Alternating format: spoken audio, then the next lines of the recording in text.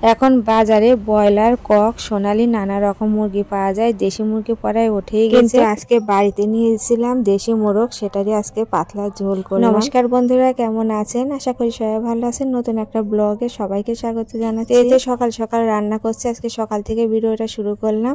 সকালে বেগুন ভাজি করে নিলাম, আর হচ্ছে কয়েকটা শুকনো মরিচ ভেজে নিচ্ছি সেদ্ধ মাখানোর জন্য। আর শুকনো মরিচ দিয়ে সেদ্ধ মাখালে কিন্তু সেদ্ধ স্বাদটা আরো দ্বিগুণ বেড়ে যায়। এবারে টমেটো আর হচ্ছে রসুন দিয়ে একটা ভর্তা করব, সেজন্য টমেটো আর রসুন তেলে দিয়ে একটু নেড়ে চেড়ে উল্টে পাল্টে নিয়ে একটু ঢেকে আমি সেদ্ধ করে নেব।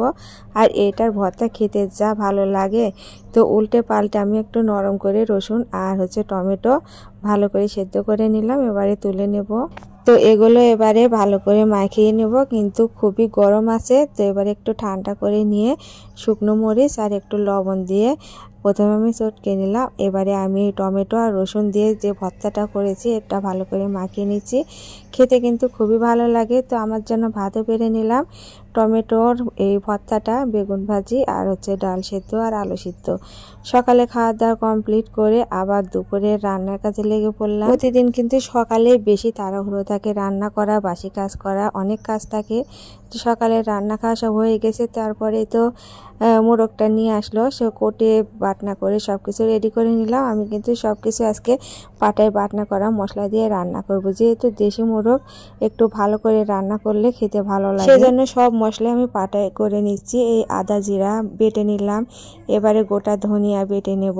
আর এই গোটা ধনিয়া দিলে মাংসের টেস্টটা কিন্তু আরও দ্বিগুণ বেড়ে যায়। আর আমি গোটা ধনিয়াগুলো ভালো করে পালিশ করে বেটে নিলাম। তো পাটায় বাটনা মশলা কিন্তু যে কোনো রান্নায় যদি ব্যবহার করা যায় খেতে কিন্তু খুবই ভালো লাগে। আর আমি শুকনো মরিচও বেটে নিলাম।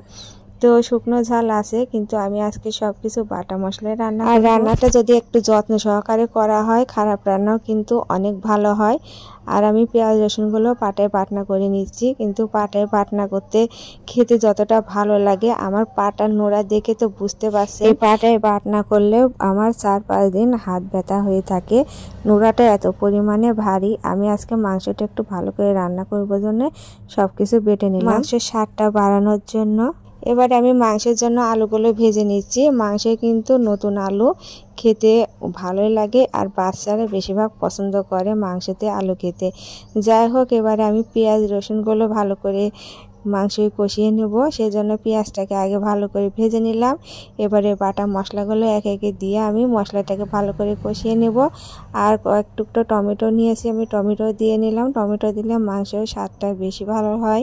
এবারে মশলার কষানোর মধ্যে আমি লবণ হলুদ পরিমাণ মতো দিয়ে আমি মশলাটাকে ভালো করে কষিয়ে নেব। আর মশলাটা কিন্তু ভালো কষানো হলে মাংসের টেস্টটা কিন্তু ভালো হয়। এভাবে কিন্তু আমি আজকের এই মোরগের মাংসটা রান্না করলাম, আর খেতে কিন্তু খুবই ভালো হয়েছিল।